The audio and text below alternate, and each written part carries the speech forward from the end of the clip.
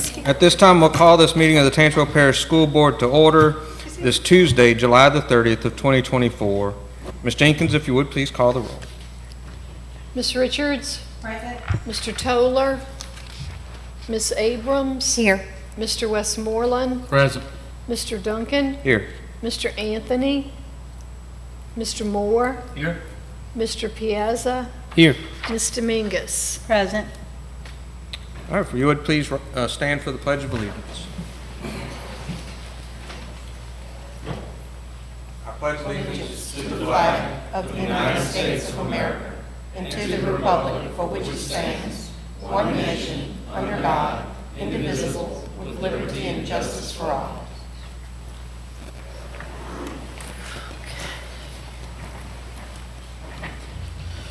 First item is to consider approval of our board minutes from the meeting of July 16th, 2024. Is there a motion to adopt the minutes as presented? Motion to adopt. Motion is made by Mr. Westmoreland. Is there a second? Second. Seconded by Mrs. Dominguez. Any discussion? Hearing none, we'll call the question and ask members to vote your devices. Voting is open.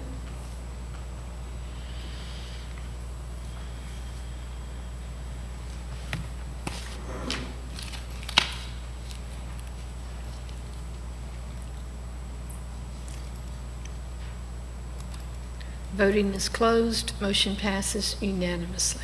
All right, next item on the agenda is to note that Mr. McNeely has provided the board with a written proposed budget for the fiscal year 2025. Mr. McNeely, did you have anything that you wanted to talk to us about? Nothing about the budget at this time. If you have any questions, please email me. I'll get with staff to try to answer those. If you notice, I think the resolution is for September the 3rd. Is the date for the adoption. So we'll be adopting, we're considering the adoption at our September 3rd meeting. And then I think, have we already authorized or y'all have already published it and made it available in the lobby? Is there any action required to do that? We have, I think they're going to come for approval to advertise it. Right. So this is, we're just way ahead of the game, giving you copies, so you'll have plenty of time to review it before it's published to the public. If you catch anything, let us know. Okay. Then we'll come in August for that approval to publish it, and then the public hearing and proposed adoption for September. So how long does it need to be published? Because we're not going to have another meeting until August the 20th. I will find out. Okay. If that's a problem. I think it's 30 days. All right, well, if you want to make a motion tonight to authorize us to publish it, you can. We're not meeting till August. We're not meeting till the end of August? Yeah, well, right now, we don't have a meeting Okay. planned until August the 20th, so, Does the board have to authorize the publishing, or can the finance committee authorize it? I just recall that we have in the past that we've authorized or directed the publishing and that it be made available to the public in the lobby 30 days prior to final board action. So I just want to make sure we get all of our Still not timing. 30 days. Yeah. Be only 21 days now. Sorry? It's only 21 days from date till August the 20th. If it needs to be Yeah, but 30 the adoption will be days. September 3rd. Okay, all right. Then that'll be fine. Yeah. Yeah, we have it on here as September 3rd, but we can move it. But now, I don't want to do anything out of order, so we're going to figure that out. Okay. And if we have to call an early meeting to do it, then we will, or if we got to Or if move. we need to move the adoption to the Yeah, we'll have second time. meeting in September, we can Yeah. make either way work. Okay. All right, next item on the agenda is to consider the Policy Committee of the Whole report from our July 16th, 2024 meeting. Is there a motion to adopt the report? So moved. Motion is made by Mr. Piazza. Is there a second? Second. Seconded by Mr. Westmoreland. Any discussion? I have not received any requests for public input on this agenda item. Hearing no discussion, we'll call the question. Ask members to vote your devices. Voting is open.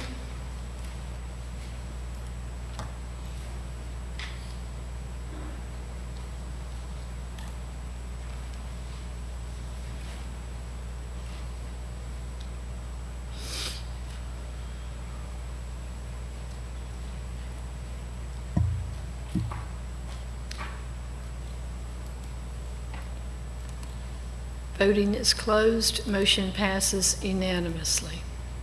All right, next item on the agenda is to consider approval of a offer to purchase some school board property located at 1745 Southwest Railroad Avenue. Mr. McNeely?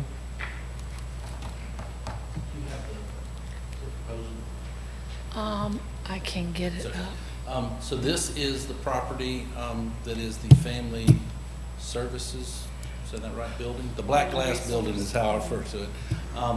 Adjacent to it is a parking lot that is a separate assessment lot. And at the direction of the board, we got an appraisal on that, and I believe the appraisal was $835,000. And there is a party, the Wallen Properties LLC is offered a full appraised value offer to purchase that property. So we're bringing that to the board tonight. It will not adversely, there we go, there's a great picture of it. It will not adversely affect the use of the building nor the resale of the building if in the future board or if we decided to sell that building. So just, Mr. McNeely, just to go over a few things. So number one, the folks that are interested in buying this, it's our understanding, correct, that they intend to use it as an overflow parking lot for a project that they're doing a couple of properties over. Correct. So it's not going to be anything, as far as we can tell, anything happening with that other than what it's currently designed for. But there's no deed restriction. I mean, they could buy it and decide Sure. a month from now that they want to build a hotel there. Right. The other thing is that one of the things that we did is we wanted to make sure that by selling this adjoining parking lot, that it didn't lower the possible resale value on the other piece of property, and the appraiser actually found that we're going to come out significantly ahead by selling it as two separate parcels. Correct. That's right? Correct. Okay. So we stand to make significantly more than if we were to try to sell it as one big piece of property down the road. That's what the appraiser found. Okay. Any other questions from members of the board? Mr. Yeah. Moore? Need a motion. Well, just looking at the diagram, I mean, I'm very familiar with the property. I know we talked about this early on, but the red box looks like it's partially into our building. That's what I was Is it gonna a say. shadow? No, that's a shadow. No, it's not in Yeah, the because it building. looks like, It's a shadow, yeah. and that is something that somebody drew on Google Earth with it tilted, so that's not, okay, that's yeah, not because I accurate. didn't think the building went that far over, but just double checking. Yeah. Mr. Moore? Okay, so Jeff, are there any restrictions or protections that we are requiring, any prestated restrictions on how they can use that property? I mean, it's right next to our building, for as long as we're using the building for our own purposes. So I that, believe the only restriction they would have would be what the city of Hammond would have as far as zoning restrictions that they have there. And there are setbacks within Hammond. I mean, they couldn't build right up next to our building. I don't think the lot's large enough to build anything much more than to use it for the parking lot that they're wanting to use it for. okay, now I was more concerned with maybe, parking restrictions, because, I mean, is there gonna be a barrier there? We're gonna separate what we're keeping? I wouldn't think they would put up a barrier because they're gonna be using it for public parking too. I mean, it's gonna be a public parking lot. The kind of the history of this, So we're gonna be using it there? they approached us about wanting an agreement from us to allow them to use our parking lot. And just for liability reasons, we didn't think that was a good idea for that. We explored the idea of potentially selling it, and they were interested in buying the property, and they've made a full appraised value offer. I don't think that they can put up anything on a public parking lot that says who can and can't park there. I mean, they may can put up signs at some point that say customers of this recreation thing only, but those actually aren't enforceable. But we don't need the parking for our employees there. We may have some that park there, but we have enough parking at the facility for our employees, even if they put up a chain and say no parking on our parking lot. So that liability is the thing that brings about my concern, right? I'm not worried about us being able to park there. I'm worried about them parking on what we're not selling, and that becoming a liability for us when they have overflow that overflows their overflow. If you know what I'm saying. So- I don't think there's anything you can do to keep the general public from parking in an open parking lot. So if Walgreens is, somebody doesn't want to pull in there and they park on ours and walk across the street, it's just public parking. But if we're not But if we entered authorizing into an agreement with that company to use our parking lot, we've now, you got two attorneys here, we've now entered into a contract that could make us a party to liability, known liability, because we did that. And pretty much that's what I'm talking about. Are we gonna, is there any possible liability that we can have?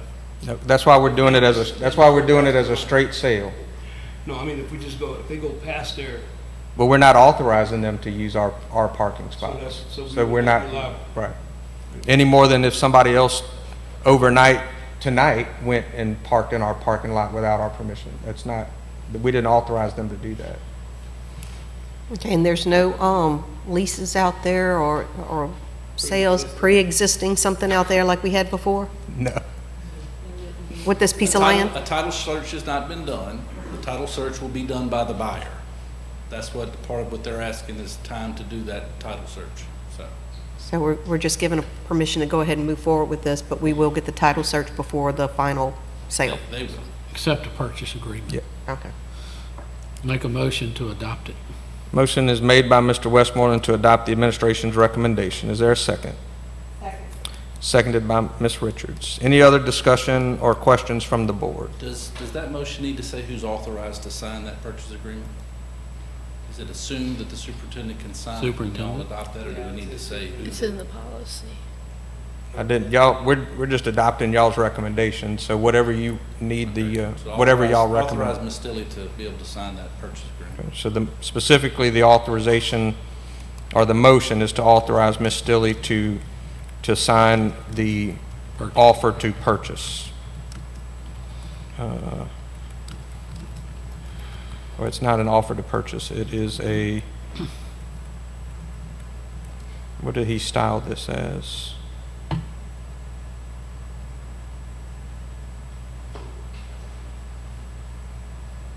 It's not a purchase agreement, it's an offer letter. Right, so we're accepting their offer. Yes. And then they will. And then there'll be additional steps. All right. So we have a motion was made by, who made the motion? Westmoreland. Mr. Westmoreland, seconded by Mrs. Richards. Any other discussion? I have received no public input on this agenda item. We'll call the question and ask members to vote your devices.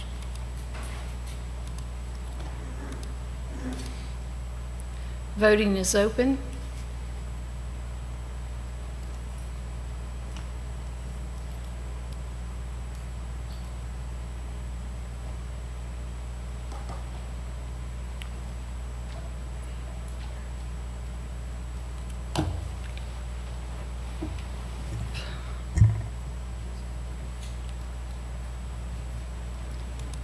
Voting is closed. Motion passes unanimously. All right, next item on the agenda is a report from Ms. Dominguez on the Louisiana State, well, the LSBA Southern Regional Conference that was held in Biloxi. Yes, sir. Just like to thank our administration for allowing our board to go for our summer annual leadership conference. We partner with Mississippi and Arkansas every summer for what we call leadership conference. So Mr. Jerry went, Ms. Janice and Robin, Joey and Trent and myself were able to go and attend that training. We had, I don't know about all of the lessons that the other board members went in, but my most favorite and scariest one was about AI in the classroom and how nervous we are about AI coming into the classroom. So we got a lot of hints and a lot of very important information about that. If we didn't learn anything else, we learned a lot in that one class that is terrifying, what's coming to our classrooms with AI. We also learned, about different student opportunities for trade learning, different educational classes. There were mental health classes, and I just want to, I think there was a really one I enjoyed also was about data, how to get your data and make it work for you. And I know we already do a lot of that. Ms. Stilley's real good about data. And Ms. Stilley was able to go with us, and so we were able to, have a little networking time with her as well. So it was really good. So if you would enter into the minutes that we had attended, and, we were able to get our COUs for part of our learning that's required by state. So some of them may want to say something that they took a class in that maybe I didn't take your class that you took. AI was definitely an eye-opener. I've used a lot of that information at my work. That saved me a lot of time. But I want to thank the Mississippi organization for being a wonderful host. They were very, very professional, and they put on a wonderful clinic. They had some great guest speakers that I think were very energized and very, very helpful for us as board members, and I'm sure Ms. Stilley and her team. But thank them for their hospitality, because like I said, it was a very, very good conference. All right, any other updates? No? All right, we'll move on to the superintendent's reports and recommendations. First one is from Ms. Fussell on our pupil progression plan. Yes, sir. Thank you, Mr. Duncan. And board, the pupil progression plan, we meet every spring to review the items that we have our schools review, and they send input. We have a meeting, and then we take anything from the state. And then the template is not released until like now. But we have one item that we feel like we need to bring before the template's actually completed, and that was around the change in the grading scale. So one of the acts that passed that I'm sure you're aware of is that every first through 12th grade class, all of them are now on a 10-point scale. Well, in our district, we already had a 10-point scale for our honors and dual enrollment courses. So in order to make the adjustment, now that everybody's 10 points, that means that we had to adjust our quality points. So there's a chart shared with you that the high school academic team, because this is primarily high school courses, and we worked with our principals and counselors on. And actually, we talked to J Campus. We asked J Campus what other districts had been doing this traditionally, because they didn't have differences in their scales. Were already doing this. So actually, after talking to J Campus and working with our team, we came up with this proposal where you'll see our regular quality points for just our regular grading scale, or first through 8th grade classes, and then for our 9th through 12th grade classes, if it's an honors class or a dual enrollment class with a TOPS tech course, so that would be enrolled with our community college, they would get 4.5 rather than 4 quality points. LDOE already has a list of courses that were weighted to the 5-point scale. We would just adopt those courses, since they're already on the LDOE scale, as our 5-point courses. Those are IB, AP, and those are 4-year university dual enrollment courses. Okay. So that's our proposal. Do any members of the board have questions for Ms. Fussell? I do have one, Dr. Fussell. Yes, sir. Ms. Cindy, can you go all the way to the top, please? Thank you. So the state required grading scale, I know we had it at the 10-point where it was like, I think 60 or below was an F, or 60 to whatever the 49.9 is, or 499. Shouldn't it mirror what the college is grading at? Because I think at college, Southeastern, I think it's like a 80 is a B. Well, C is it's yeah. even numbers. So this was, in there says the even numbers, but what J Campus does in the background is this. So it takes the 0.5 and rounds up. And that's what was previous. Oh. So this is showing you the literal calculate. So like a teacher, they'll normally, if they look at 80, they'll type in the 90. So this is what J Campus is going to do in the background. It does the rounding up, because that was included in our policy. So that's why it's like this. But thank you for asking that, because when it's published, we will show the 90 to 100, because that's what it's doing. This is just the math the system will be doing to give our students even more benefit. It gives them the round up. Right. Thank you for clarifying. I was like, because when I was grading, I'm like, oh, that 0.5 got me. It would have got me quick. Yeah, so it rounds up for them. Thank you. Any other questions or comments from the board? Okay, thank you, Dr. Fussell. Ms. Still, you have any other updates? Yeah, just a couple, just to update the board and the public. This week, of course, school starts next week, next Friday for students on August the 9th. And leading up to next Friday, this week, we've been meeting with our principals. Yesterday, we had a principals meeting. Tomorrow, we have our principals and financial clerks coming in to talk about school finance at the school level and do a really good training with them tomorrow. And then on Friday, they're coming back in for the discipline portion to update them on the new laws, new policies of the board, et cetera, on Friday. Then Monday, our teachers officially report back, even though many of them in their schools this week working. And we have our back-to-school rally on Tuesday morning, 8 o'clock. So it's approaching fast. I encourage our families out there to really tap into the resources of our family toolkit. It has everything from what bus do I ride, the bell schedules, supply lists, you know, paying their supply fee online, $15 for, you know, K through 8, and $20 for high school students. Basically, anything that a parent or student needs to know is in that family toolkit. So I encourage families to really tap into that resource and stay connected with us on social media. Check your email, your Tangi Schools email, and the email that we have on file for you in the district, because that's how we're communicating with our families, and that's how we're communicating with our students right now. All right, thank you. And just to follow up on that from our families, please don't wait until next Friday to decide that you want to enroll your child in school, or wait until next Friday to figure out which school your child's going to attend or which school bus they're going to ride. It'll all go much smoother for everybody involved if everybody is doing their fair level of preparation.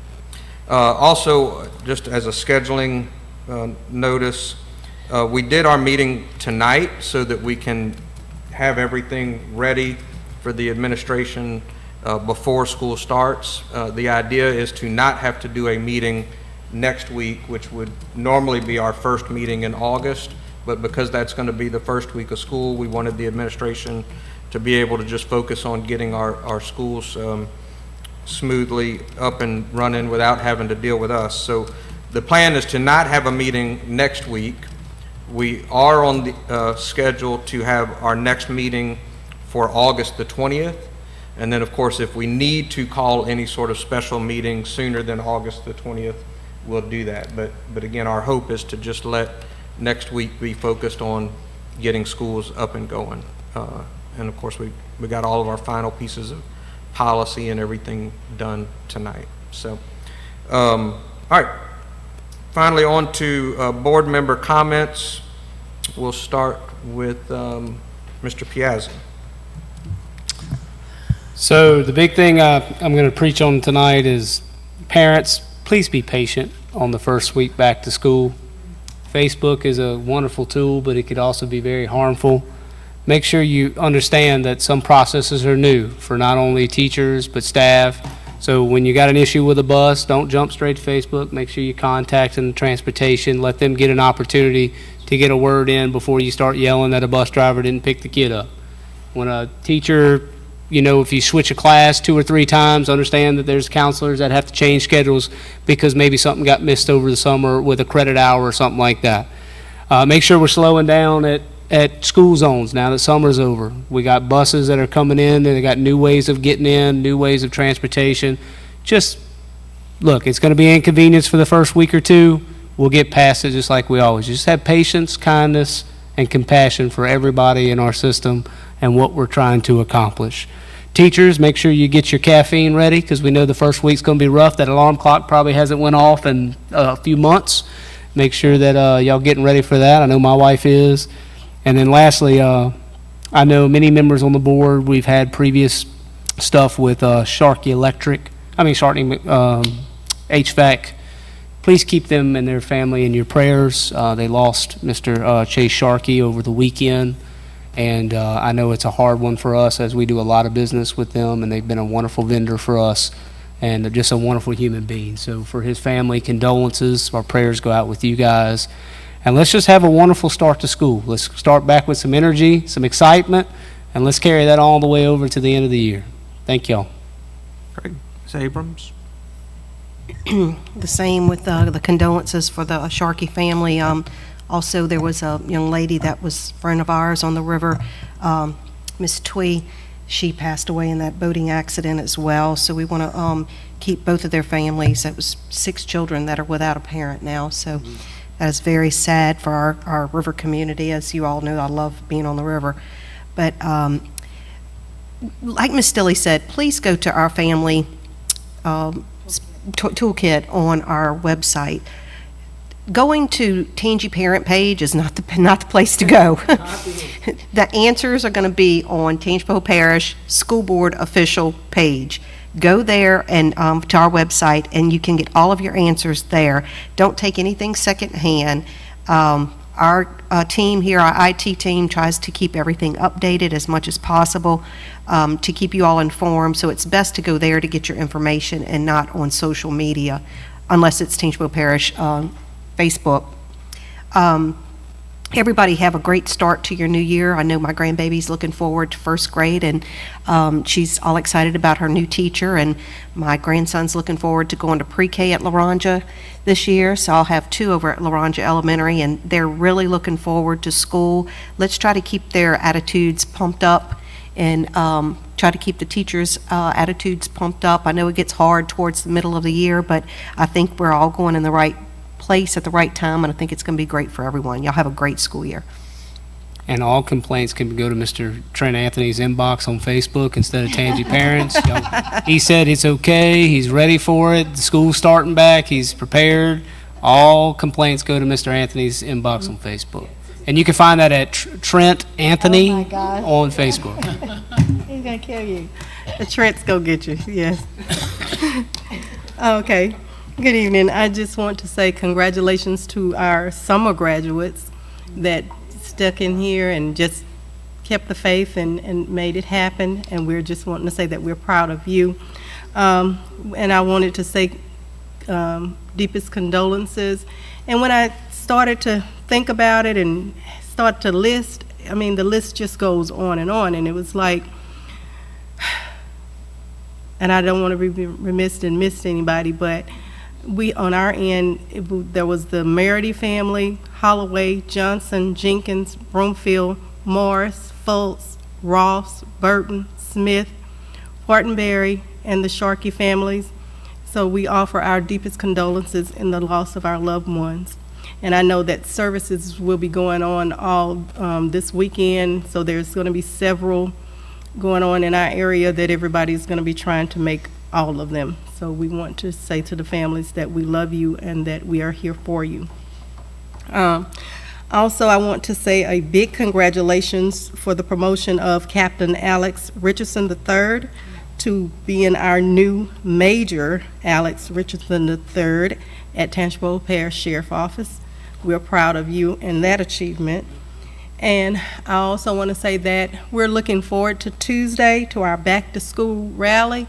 It just kind of gets us all pumped up, just like Rose was talking about the conference that we went to, and this one young man, he was just really so good and opened our eyes to not judging the book by the cover, and he just kind of instilled in us to bring back to our why. And we know that our why is because of our kids. So I'm looking forward to that on Tuesday to get us all excited, and we take it back to the children and let them know that we're glad that they're coming back, because I want you to know that grandparents are very glad that they're coming back. All right, Mr. Moore.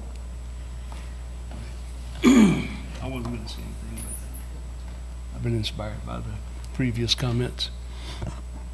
Okay, so I want to, first of all, put everybody in the frame of mind of why we're here. It's all about the children, right? If not for our need and our responsibilities to educate the children, this board meeting would not be happening right now. This room would, and this building would probably not even be here. you know, and I know that, you know, teachers put a lot of pressure on parents about disciplining the kids and getting the kids to respect authority. And I agree, but we have them for 8 hours a day. Well, actually, we have them for a little longer than that because we get them at the bus stop and we drop them off at the bus stop. So, in effect, you know, whether you consider or agree with me or not, you are kind of parenting. You know, you pretty much are the parents away from home. So I would encourage you to be compassionate and patient and tolerant, you know, and to know that you can establish a relationship with these children just by being consistent and by following that idea of compassion. A lot of these kids see teachers as the adult authority in their lives, and there's not one child in the school system who does not see the adults at the schools as the authority. How you use that authority is up to each and every individual. You can establish it with aggression, or you can establish it with compassion. Compassion works a whole lot better every time. But anyway, I am praying for all of our teachers and our principals and our administration, because it is my desire to see us improve every aspect of the school system. Mr. Westmoreland? Yes. I'd like to echo the comments of Ms. Richard and the others that mentioned the families has lost their loved ones. We can add the Pete Lentini family, who was involved in a terrible accident a couple of weeks ago. Those families are hurting, and we will continue to pray for them through these days. On the other hand, congratulations, 24-25 is right here upon us, and hope we have a successful start. Knock on wood, I know last year went pretty smooth, and we're praying for a smooth start this year, and look forward to the kickoff party on August the 6th, where we invite everyone to come out and join us. Thank you. Mr. Mingus? Yes, I'd just, again, like to thank the system for allowing us to go to our training and learning, and also Ms. Tilly for you going with us. It's always a pleasure when we can have our leader with us to learn with us, so we thank you for that. And what you said about the family toolkit, I had been like gradually just looking at it. So I'm going to be like Robin, encourage you, go to the family toolkit, go to our webpage. If you want to get the app, there's an app if you don't have the app. But the family toolkit, if you click on it, I mean, you can get the bail schedules already, the bus schedules. You can get all of the things like your cell phone, the new cell phone state law, and the dress code, and all of the things that are very important that you need to know. If you just click on any of them, they're all there. The meet and greet dates are there, the supply list are there, so thank you for that. Everything is there right now already, and we still have 2 weeks to go. So thank y'all for whoever's putting all that together and getting it up there, but we just encourage our parents to go get it, go look for it, because I don't know that there's anything there that's not available yet. So thank y'all for doing that, and looking forward to a great new school year. All right. Do you have anything else? All right, Mrs. Tilly? I just wanted to remind the public about the best way to get a problem resolved is through, resolve your problem. And it's an online app that we have. If you go to the toolkit, you can find it. If you just type in, I have a problem, on our website, it'll bring you to that. But there's at least 3 or 4 people that are triggered when that report is sent in. It could be, there's a bus issue, there's a lunch issue, there's a teacher issue, there's a whatever kind of issue. If you can report it there, we can document, that you reported it. The appropriate people will see it, and there'll be district people that will follow up on it. So please take advantage of that tool. Thank you. Mr. Anthony, please. Okay. All right. Under our litigation, the litigation portion of our agenda, we are removing from the agenda 7C and 7D. We are not going to be taking those matters up tonight. We'll put those back on the agenda at a later time. So the only item left is an update on the Joyce Marie Moore matter, and I will receive a motion at this time to enter executive session to consider the case of Joyce Marie Moore versus Tangipahoa Parish School Board. So moved. A motion is made by Mr. Piazza, seconded by Mr. Westmoreland. No. No discussion. Is there any objection to the motion? Hearing no objection, the motion is agreed to, and we will enter into executive session at this time. Channel 17, proudly serving the Florida parishes. Matter of Joyce Marie Moore versus Tangipahoa Parish School Board, there is no action. There being no other business to come before the board, this meeting is adjourned.